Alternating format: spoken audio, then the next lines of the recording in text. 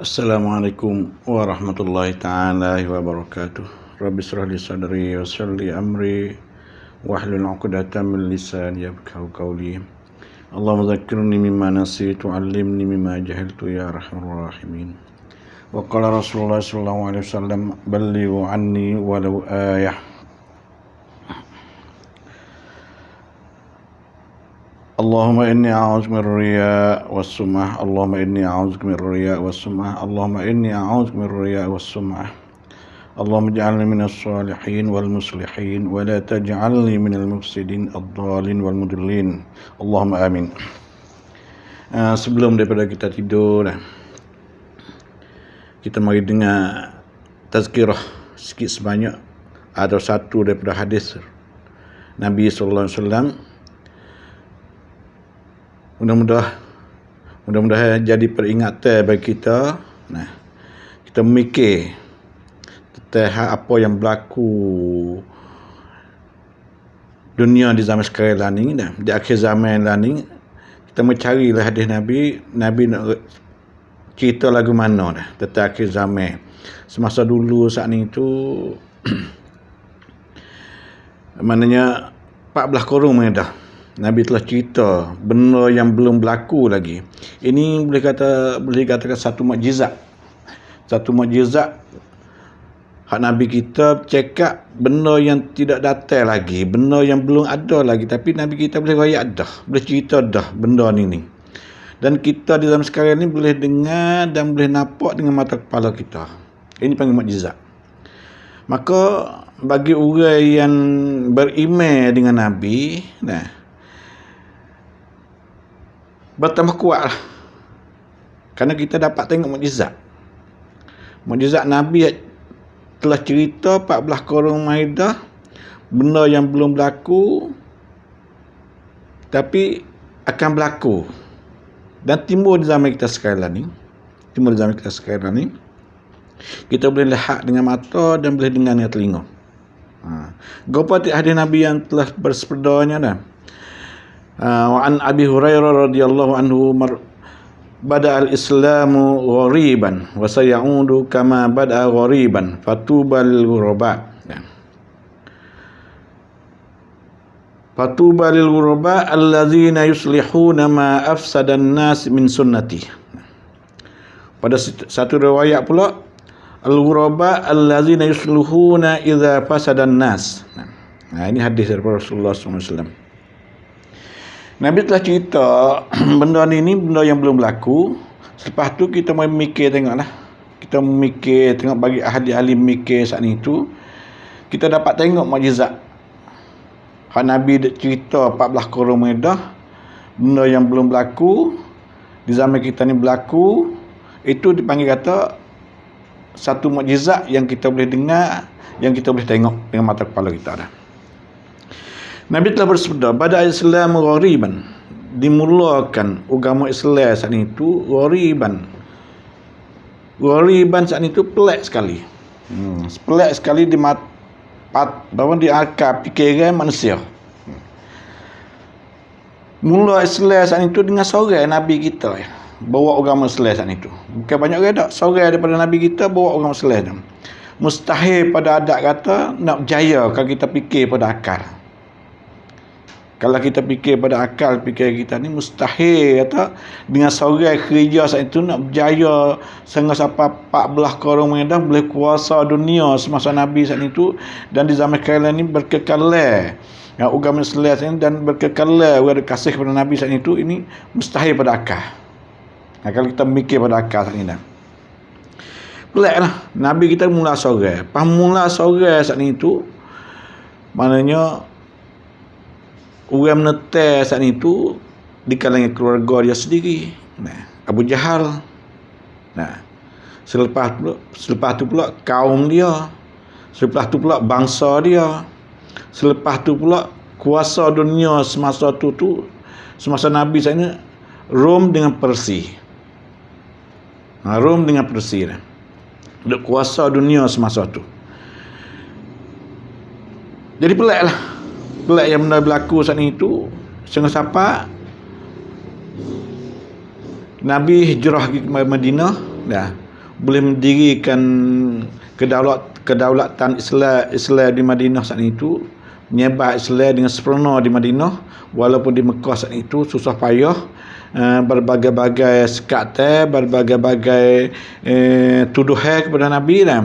Tapi apabila Nabi duduk Madinah saat itu, boleh mendirikan negara Islam di sana, kedaulatan Islam di sana saat itu, sebar Islam dengan cara bebas, dengan cara kuat kuasa dah.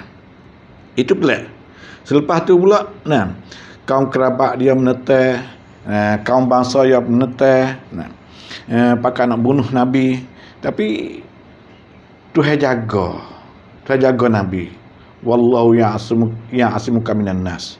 Itu ayat Quran yang Tuhan telah firman, wallahu ya'asimuka minan nas. Sungguh Tuhan saat ini dan Tuhan Allah saat itu jaga kamu daripada manusia, daripada kejahatan manusia. Ini mana Tuhan jaga. Dengan sebab itulah boleh hidup Nabi. Sebab boleh sebar Islam saat ini sampai kita lah ni. Ini ayat tu dimulakan agama Islam saat itu dengan cara pelik. Tak boleh terima pada akal. Bagi orang mikir saat itu. Dengan nabinya panggil ummiyan, buta huruf, tidak reti baca, tidak reti baca, tidak reti menulis, orang yang tidak ada pengetahuan lah datang. Boleh menguasakan dunia ni. Ini mana pelik? Selepas tu pula Nabi kata pula wasayaudu, akan kembali. Wasayaudu dan akan kembali pula. Kama bada'a ghariban, sebagaimana telah dimulakan dengan pelik. Di zaman lain ni pula, jadi kita tengok di zaman lain, kama bada'a sebagaimana dimula dengan pelik, maka Islam itu nak kembali dengan pelik. Nak kembali dengan pelik tu lagu mana cara lah kita mikirlah ni dah. Yang untuk Islam nak naik tak boleh. Islam nak naik tak boleh. Kerana apa? Kerana dari segi kuasa besar saat itu duduk daripada tangan orang Euro, orang kulit putih lah kita dah. Orang kulit putih ni. Orang kulit putih. Orang kulit putih ada perang di Timur Tengah di masalah ni. Dia bunuh Islam di Timur Tengah masalah ini. Dia mau duduk kuasa dunia itu tak. Dia mau duduk kuasa dunia di zaman lain dengan alat senjata yang canggih, dengan ilmu yang canggih. Mana orang Islam nak lawan lagi mana. Dengan sebab tu wasa ya'udu kama bada'a ghariban, pada akal fikiran kata mustahil Islam nak timbul klik.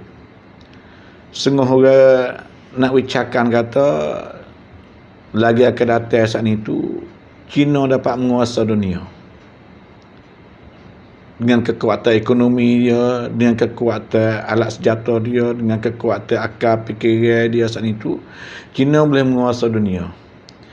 Tapi saya duk mikir tak boleh jadi. Kerana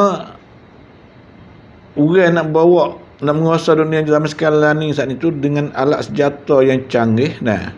Amerika pun ada alat senjata yang canggih, Rusia ada alat senjata yang canggih, Europe ada alat senjata yang canggih.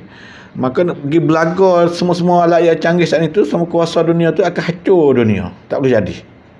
Tak boleh jadi. Lepas tu Tuhan Nabi lagu mana? Segi akal fikiran itu pelik. Wasayaudu qariban. Wasayaudu kama bada'a ghariban.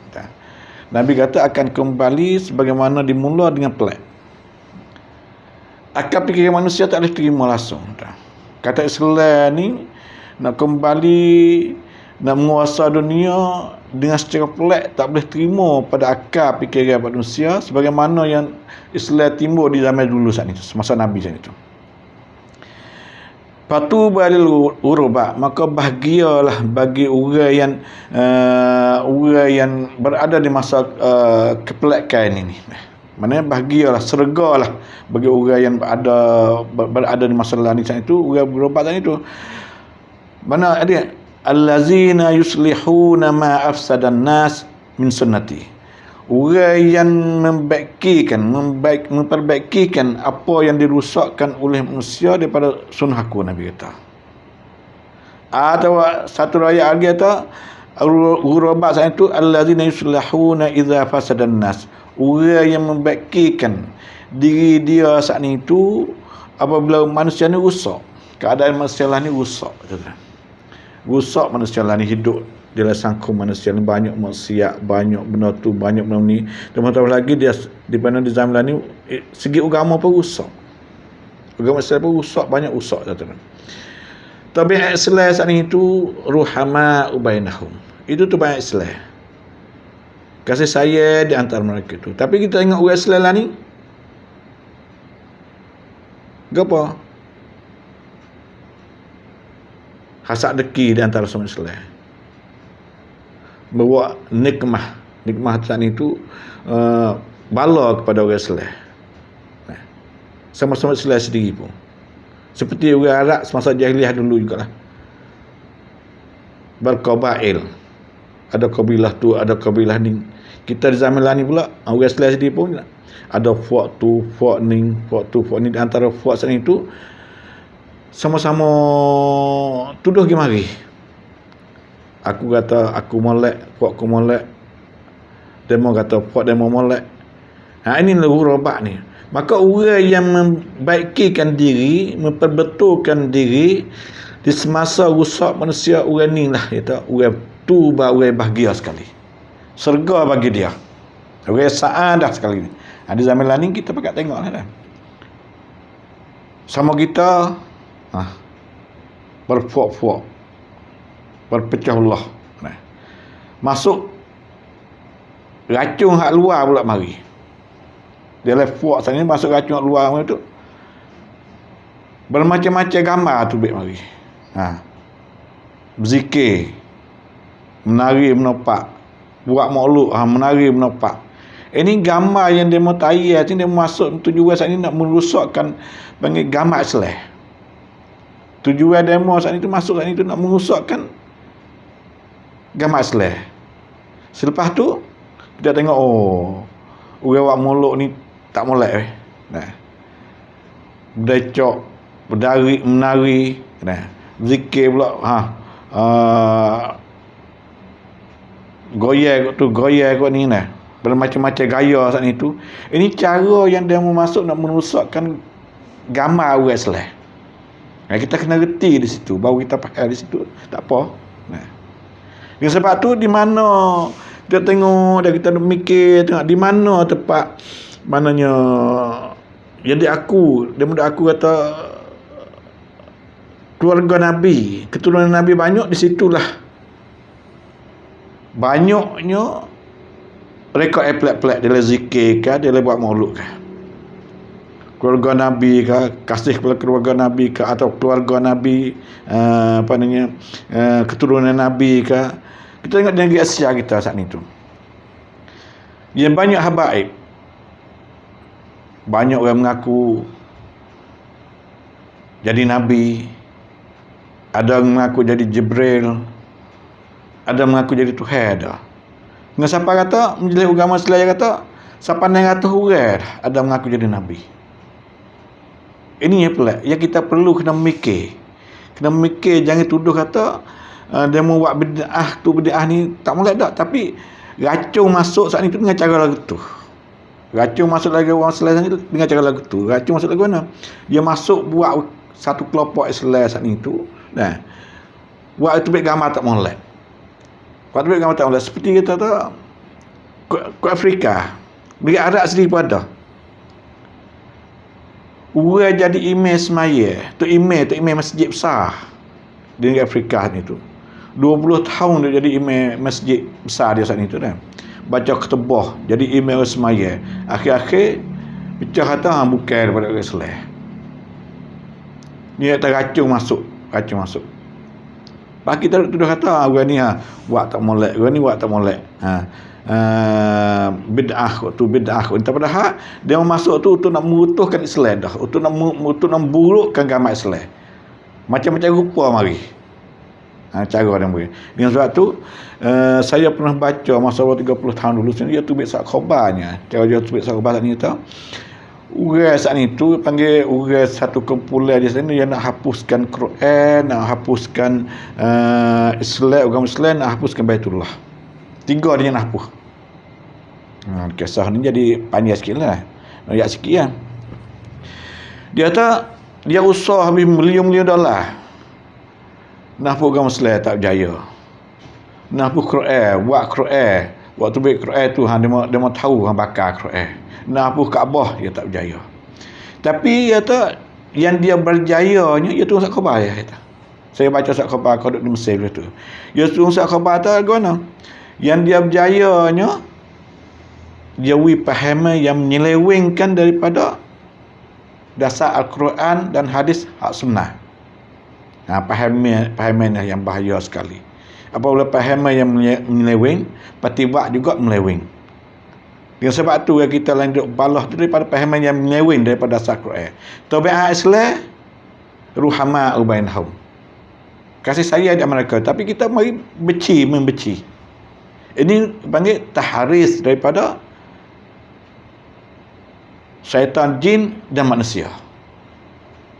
Syaitan jin daripada manusia. Ini cara yang di mana yang seteru Islam buat saat itu untuk nak burukkan Islam saat itu, dia beri pahaman yang melewengkan daripada dasar Al-Quran dan hadis. Sebab tu dia betul pula. Gulungan ni, we berdaerah apa ni lagu ni, we berdaerah apa ni lagu ni, we syiar dia, slogan dia, syiar dia, kelimah-kelimah dia, syirik, kufur, macam-macam. Dia ni buat kelimah ni, dia ni buat kelimah ni. Tu pakai duk balas sama Islam. Ini cara yang dia buat. Dia tahu benda ni dia berjaya. Tapi nak hapus Quran tak boleh. Nak hapus agama Islam tak boleh. Nak hapus Kaabah tak boleh. Ini hak Tuhan. Tuhan jaga. Apabila Tuhan jaga, terselamatlah. Tapi benda fikiran saat ni itu, Tuhan tak jaga. Dia kena pilihan manusia sendiri. Ikhtiar daripada manusia nak lagu tu. Dan sebab tu kita boleh mikir sebenarnya. Kita kena tahu. Kita kena adat Islam itu dia beracun ke apa. Siapa dia tak kena racun. Siapa dia tak bawa racun adat Islam itu, duk mari duk pani duk balas sama kita tu racun tu. Racun adat Islam itu bawa masuk dalam kelompok-kelompok. Dia buat kelompok apa ni. Dia mudah kena buat kelompok sana itu. Dia nak kumrasi orang seluruh dunia tak boleh, tapi dia buat kelompok sana itu. Apabila buat kelompok, dia pilih daripada jamiah lagi. Masa biasat, masa tunkan seksan lagi. Siapa dia tak layak jadi ketua orang. Siapa dia tak pandai buat orang. Dia ni dia batu wisah dah tinggi, klik mari wi batu we duit, klik mari buat kerongkan tu jaya, buat kerongkan jaya. Patut orang kampung saat ni jadi pening kepala dah. Dengan kejayaan dia saat itu. Ini maknanya kita kena jaga. Kita kena tahu kata seteru ada Islam tu dia masuk dengan jalan mana. Racun ke apa tak dia buat. Itu yang tertipu. Kerana masa zaman ni zaman penipuan Nabi kata. Zaman penipuan. Hak putih jadi hitam, hak hitam jadi putih, hak baik jadi tak baik, hak tak baik jadi baik. Itu banyaklah kita nak kecek masalah ni banyak lagi. Kita klik pada gurobat pula. Gurobat sana itu benda yang pelik. Benda yang pelik sana itu tak boleh terima pada akal.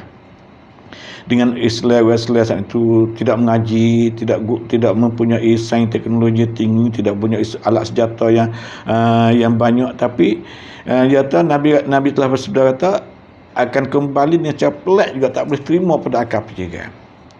Lepas tu kita mikir, mari tengok apa yang berlaku di timur tengah sekarang ini boleh jadi berpanjangnya sehingga dapat timbul kepada Imam Mahdi. Apabila Imam Mahdi saat itu tak kena bicara lah kitanya. Kenapa Imam Mahdi saat itu pertolongan daripada Tuhan. Imam Mahdi setiap yang dia menepuhi dengan musuh dia tak boleh benar semua, tak ada boleh kalah. Walaupun alat senjata dan canggih terana, kuat terana, dia tak boleh benar semata. Ini boleh jadi kalau kita memikir dengan Imam Mahdi boleh jadi. Alat senjata demo tak boleh guna apa dah. Dengan sebab itu Nabi kata akan timbul mulhamah. Perang Armagedon, bahasa apa ni, bahasa Yahudi panggil Armagedon. Perang Armagedon saat ini perang dengan mulhamah, perang dengan berkuda, dengan pisau, dengan pedang, kalau kita dengan parang, dengan kapal lah kat sini. Dapat semua dapat. Ini yang tepat kata Islam akan kembali dengan secara riba dan secara pelik. Maknanya apabila kekuatan dunia lah ni, orang kuasa dunia, kekuatan kuasa dunia ni nak guna dautiam tak leh, nak guna internet tak leh, maka alat senjata yang paling canggih nak guna tak leh. Ini maknanya saya ya'udu ghariban, akan kembali selesai dengan cara pelik, dengan pertolongan Tuhan juga. Kita tengoklah pertolongan Tuhan saat ni tu tak boleh terima pada akal. Semasa Nabi Nuh, air gelar habis, bukit-bukit gelar habis dah. Firaun, kekuatan Firaun, dia mengaku jadi Tuhan saat ni tu, mati gelar laut dah. Kekuatan api bakar Nabi Ibrahim tidak jadi apa dah. Kekuatan masa mana? Masa nak merutuh Kaabah pula dah.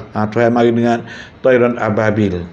Apabila manusia ni lemah, nak menguasai, nak terdebir dunia ni nampak orang nampak zalim sangat, karut sangat, Tuhan hantar mari dia selalu dah.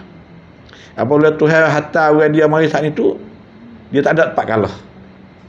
Tempat kalah tak ada, dia duduk benar sementara itu. Maknanya wasa ya'udu ghariban, akan kembali selain pula dan secara pelik, tak boleh terima pada akal. Kita nanti tengoklah kalau kita lambat mati dah. Sekian wabillahi taufiq wal hidayah. Wassalamualaikum warahmatullahi taala wabarakatuh.